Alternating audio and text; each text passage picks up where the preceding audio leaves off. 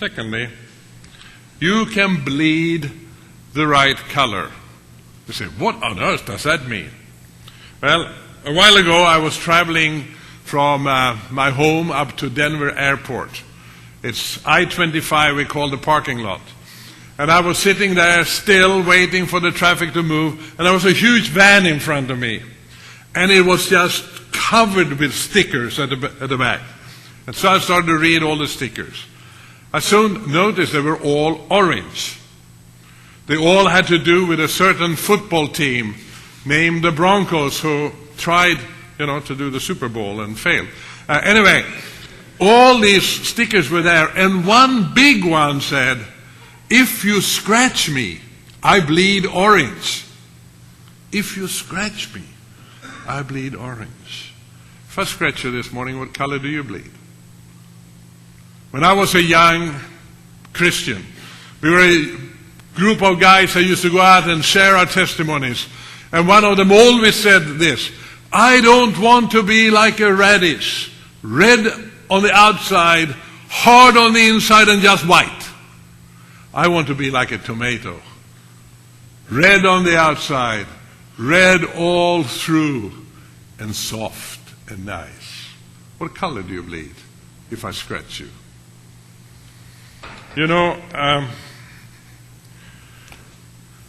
What are you passionate about this morning? What do you laugh about? What do you cry about? There were many people that went around Jesus when he walked here on earth. They were not really committed to him. They were enthusiasts for him. Free food, free miracles, of course they went along. But they were not really his followers, because when it got tough, they left him. We have a son who is a ice hockey fanatic, the Avalanche team in Denver, and sometimes he drags mom and dad along, and we have to sit in jerseys, and shout and scream with all the others. And we look around and we see everyone else is shouting and screaming. There are people there that knows everything about every player down there, but they don't know the players. They know everything about the captain. Landeskog, they call him. That's not the right pronunciation in Swedish, but that's what they call him. Anyway, they know everything about him, but they don't know the captain. They have never been down on the ice. They've never had to beat a guy up to make a goal. But they think they are just there. Fanatics. Some of us are like that in church. We know all the hymns. We can quote scripture. We know everything what Jesus did 2,000 years ago, but we didn't have a clue what he could do in our life this week. We are fanatics, but not followers. We are so keen on what we believe.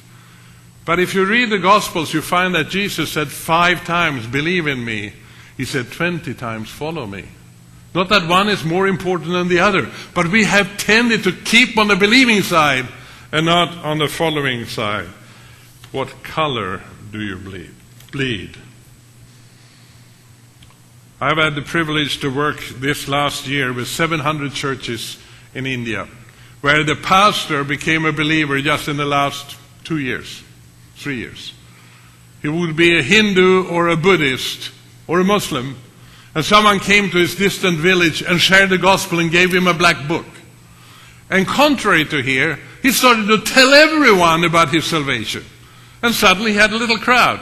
So he told the story over and over again until someone said, "Can you tell us something else?" So he went in and read a book, read a little story about Jesus and told that. And next Sunday he did the same. And after 6 months, he simply was the pastor.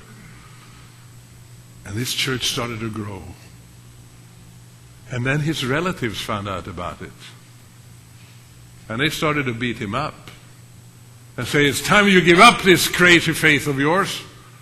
But he wouldn't.